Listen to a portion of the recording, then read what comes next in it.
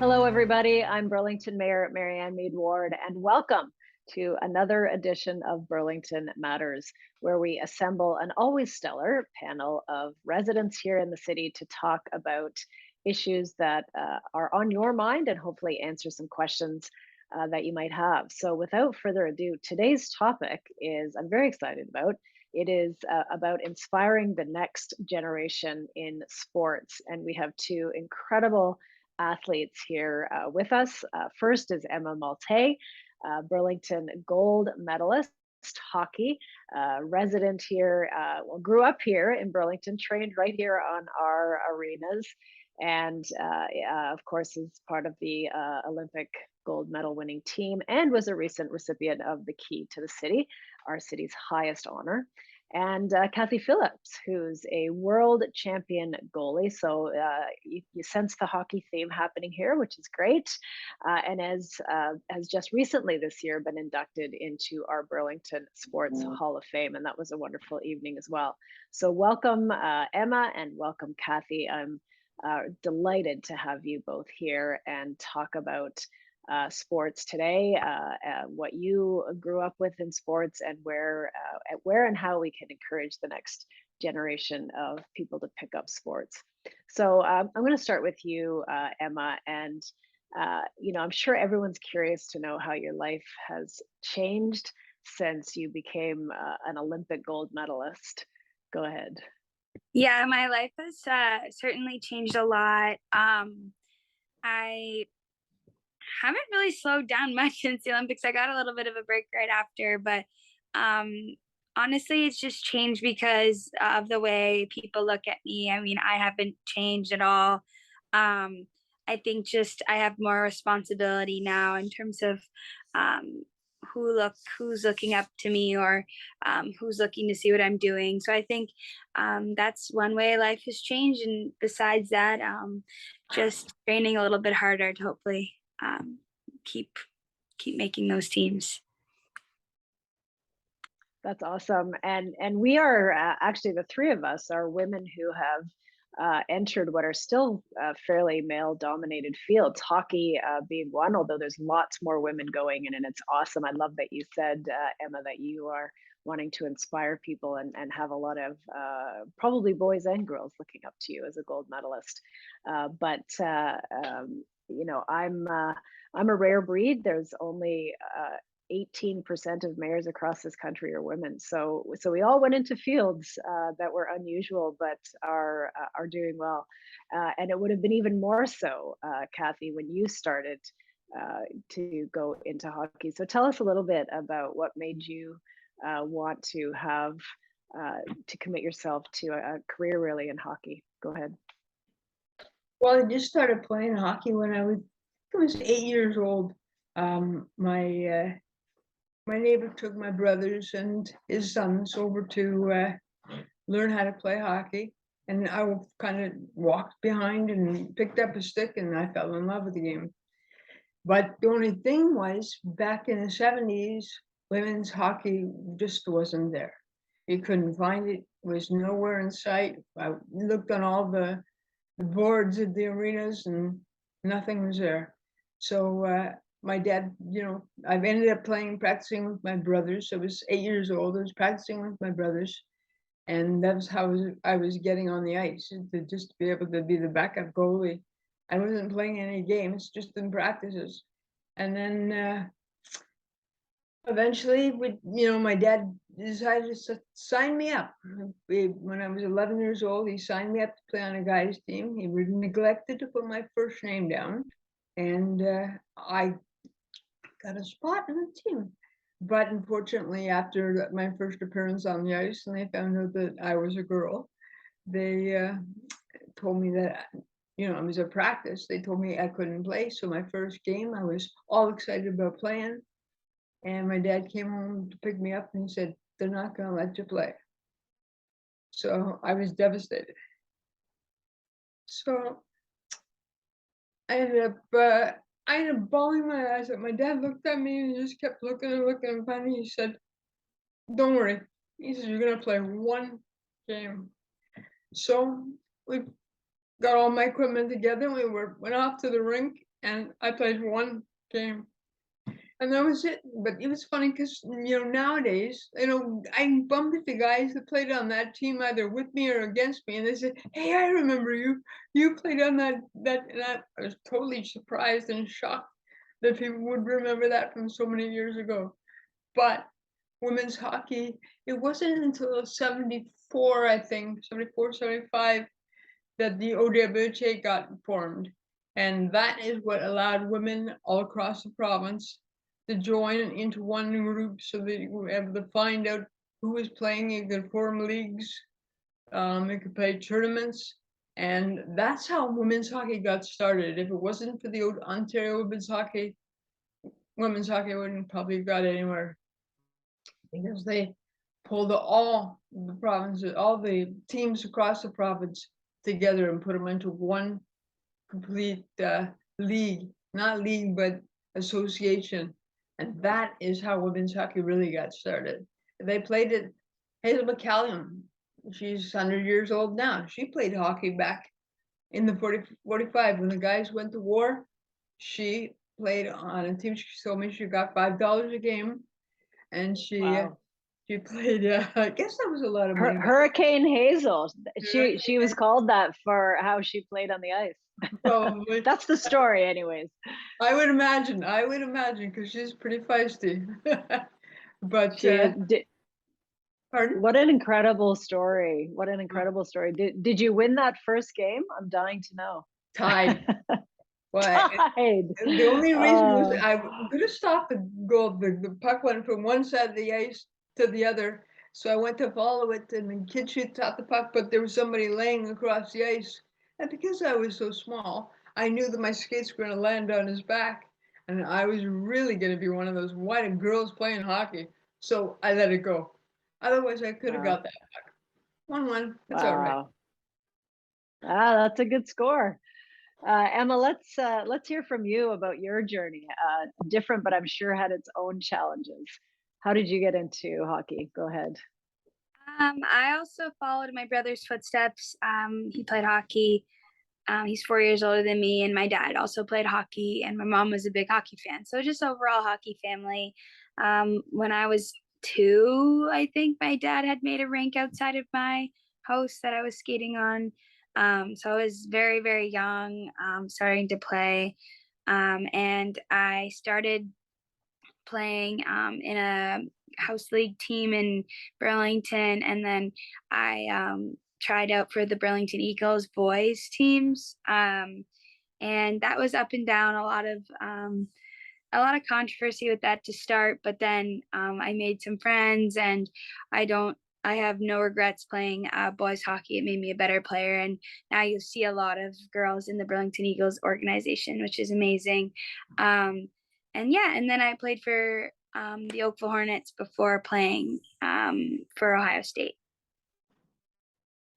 So there were obviously not the same kind of rules that Cathy faced then, that would have required or separated or forbidden girls to play in the boys' league. Yeah, They let you play. Mm-hmm. You just had to prove yourself, which you obviously did. You both did. Yeah. So, what's it like playing for team sports, Cathy? Because that, you have your own drive to be on the ice and your own love of the game, and obviously a lot of passion and persistence to not let those barriers get in the way. How do you channel all of that into playing as part of a team? That's where it's all at, is team sport. Like, a lot of people are motivated to play individual sports, but it's nice to win a game with a whole bunch of people and everybody can enjoy it, instead of just you win by yourself and who's around to enjoy it with you.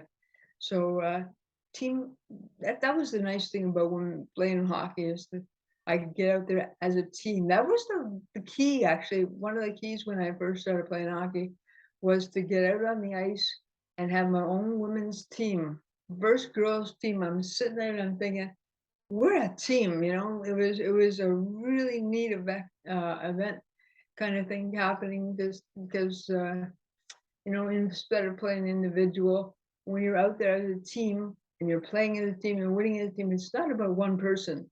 It's not about one person who's going to win the game for you, or you have to rely on somebody. You're doing it together as a team, and that is what it's all about. That's why I personally enjoy team sports. Oh, that's great. And to make that shift from being the only girl on a boys team to having an entire girls team, I'm sure was a very special moment as well. Emma, what's it been like for you on team sports, especially as you got higher and higher all the way to the Olympics? Were there changes in the team composition, people that dropped off, new people that came? How did that work? Yeah, I mean, I think it's easy for me to say that all my teammates have been my best friends, even from when I was little. And I think that there's no other bond other than a team. I've changed teams quite a bit with changing, just growing up. I mean, the team changes every year. At least a couple girls would change. And honestly, it just keeps on going. You think like when you get older that the camaraderie of a team would change, but it's the same. So I think that speaks volumes about the sport and what it can really do to bring people together. But yeah, I think the big thing about changing teams is making sure your culture stays the same. And I've had a responsibility at Ohio State to be a big part of that with being the captain. It's tough at times with balancing 23 different unique personalities for girls, but it's honestly awesome, and I'm very lucky to be a part of something like that. And then for Team Canada, I think that a unique role I had was just being a young player and being a bubble kid. Like any day that you train there in Calgary, your spot could be taken from you. And I think just being grateful to be there went really far for me. So yeah, and I think that's how I earned my respect as a teammate as well. I want to ask you a little bit. I'll come back to you and ask a little bit about what a captain does and what some of the extra responsibilities you get. But Cathy, I want to ask you about your recent induction into the Burlington Sports Hall of Fame. What was that like, getting that honor? Oh, okay. It was like, I'm not a person that really goes for wanting to win awards, or I've won lots of them, but it's just for me it's just about playing the game. So getting inducted to a Hall of Fame or something like that that happens, it's pretty special, because I never expected it, never wanted it. So when it does happen, it's pretty special. I think that it's very cool that something like that, especially after this many years, to be recognized that I did play once upon a time, is very nice. And I find it quite an honor that Burlington decided to put me in. That's great. Well, and an inspiration to people who will see the Sports Hall of Fame and see all the incredible achievements from athletes right here in Burlington. We are truly a sports town, and I know everyone was very excited to meet you, Emma, when we had the key to the city ceremony, and we opened up Appleby ice rink to have skates with the Olympians. We have two Olympic gold medalists here from Burlington. And I know people were really thrilled, especially a lot of the young girls and boys that are part of the hockey teams, various hockey teams and clubs here in Burlington. So I've not played hockey. I was more into the individual sports. I did a lot of gymnastics, but don't ask me to do a backflip now. That was a long time ago. But tell me a little bit, and our viewers, what extra responsibilities are on your shoulders when you are the captain of the team? Yeah, that's a good question. I mean, I think a lot of people want to be a captain at a young age because of the flashiness of like having the C on your jersey. But I think I learned in college that it's much more than that. And sometimes it's not exactly what you want to be in certain moments.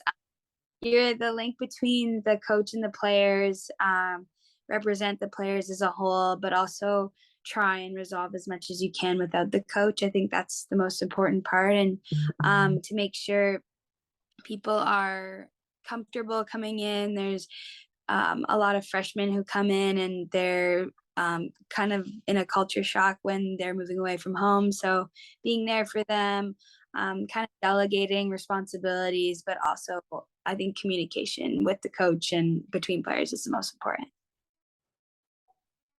And do you help call some of the plays on the ice as well?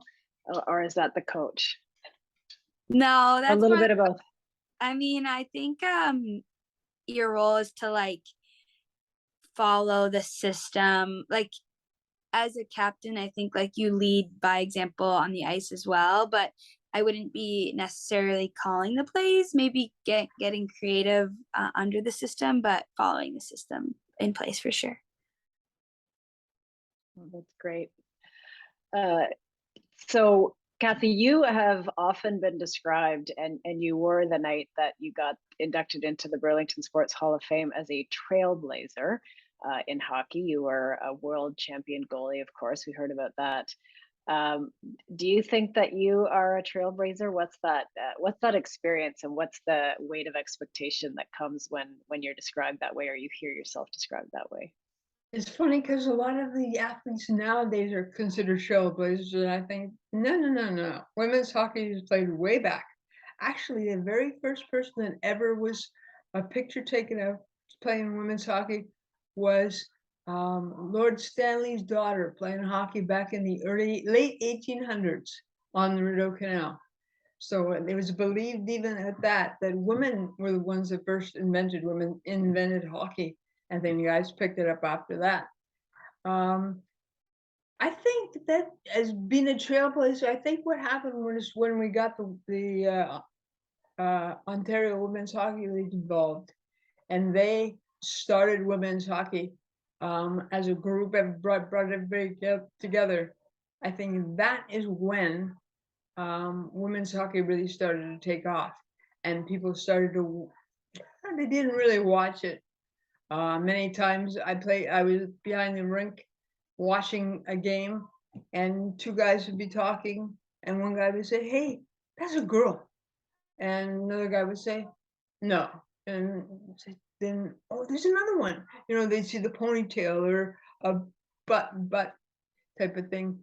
So it was amazing that women could play and did play hockey. So as a trailblazer, I was there when women's hockey really started to take off, because I think that is basically when women's hockey really started to grow.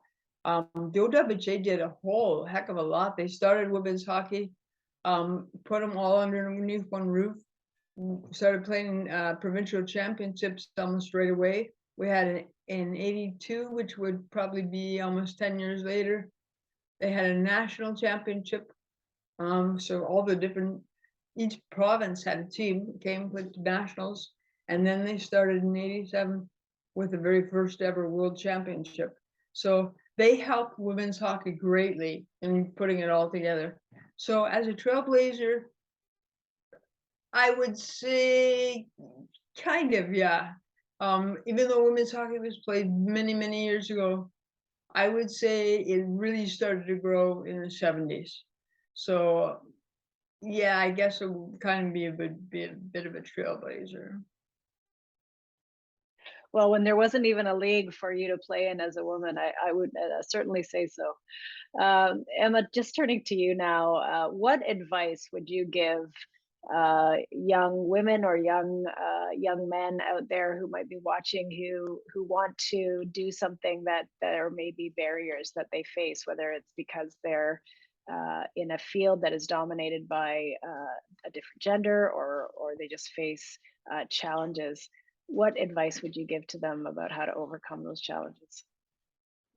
I think the advice I would give is just to lead with passion and to really like love what you do and do it because you love it. I think a lot of people who play women's sports with less opportunity than there are for men. Or honestly, it goes for the same with men in female dominated fields. I think just you do it because you love it. And I think that's the most important part. And I think advocating for that equality in those fields is super important.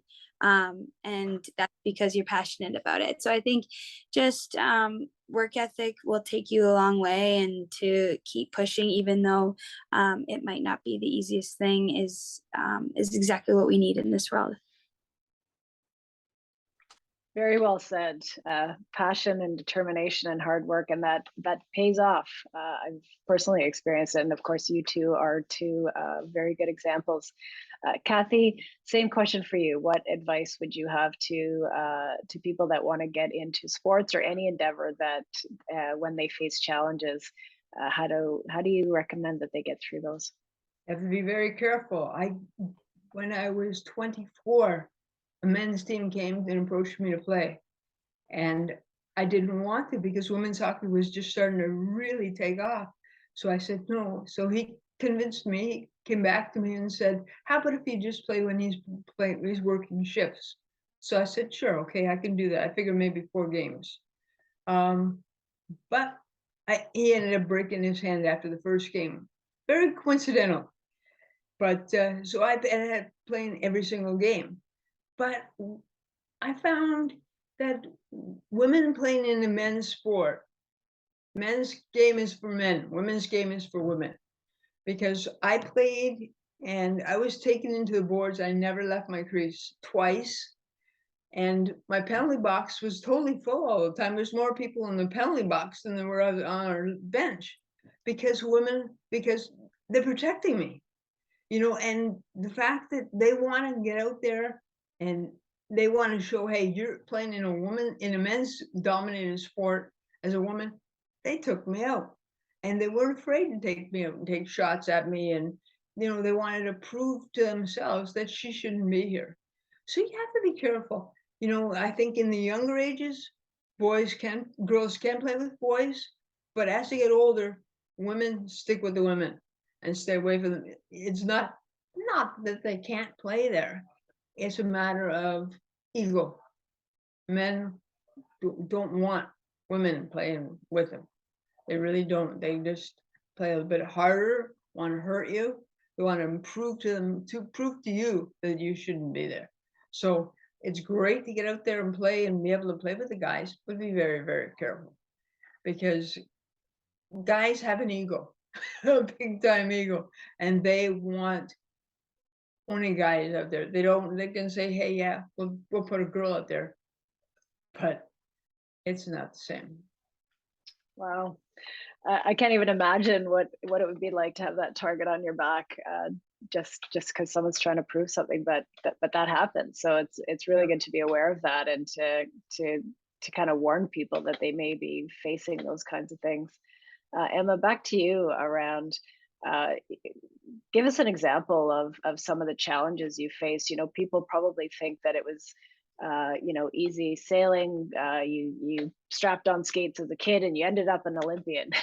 Were there times along the way that you got discouraged and wanted to give up, and found a way to keep going? And how did you do that? Yeah, I think that everyone has their own adversity, and it's important for us to understand that, as everybody who's an Olympian, everybody every day in this world has their own story. And mine, and the adversity side of mine particularly came more so this year for me. I had some adversity growing up with my school selection. I chose Ohio State, and there was many coaching changes there. People kind of looked down on my choice to go to Ohio State at first, as it wasn't considered a hockey school at that time. But I was so happy with my decision, and it turned out being great. But for this year in particular, with centralization, I was at the bottom of the food chain, and it was very, very hard for me going from a top end player in the NCAA to constantly getting scratched, like constantly playing 1 to 3 shifts a game, really scratching up the lineup, like trying my best to get up there. And I think if it wasn't for some of the hard lessons I learned at a young age about being a good teammate when I was truly honest, I don't think I would have gotten through it. And I really leaned on my family through all that, and of course leaned on the fact that the little girl who always wanted to be an Olympian was the one still there.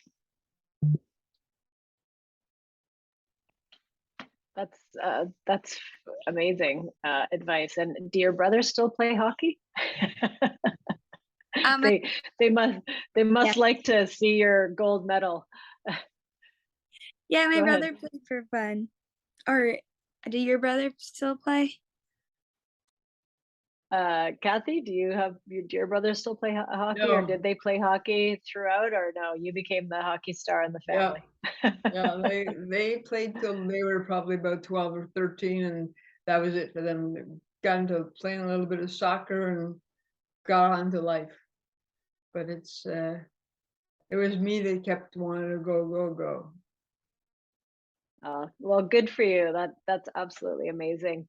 We're just about out of time here today, and I just really want to thank you, Emma Maltais, who is a Burlington resident now at Ohio State, playing hockey, gold medalist, Olympic champion. So proud of you, and recipient to the Key to the City in Burlington, our highest honor, and an inspiration to young women, whether you and young men. I would say some of the things that you said are really applicable no matter what endeavor, whether it's sports or something else. I really appreciate what you said about facing those challenges. And Cathy, thank you so much for being here, our world champion goalie who lives right here in the city of Burlington and was inducted a month or so ago into the Burlington Sports Hall of Fame. Well deserved honor. So glad to have you here and to hear your story and your journey of a time when women and men couldn't play together on the ice, and that's changed, and you've been a part of making that change. So, again, a huge thank you to both of you. Thank you to all of our viewers out there for tuning in to another edition of Burlington Matters. Signing off, I'm Burlington Mayor Marianne Meed Ward. Have a great rest of your day.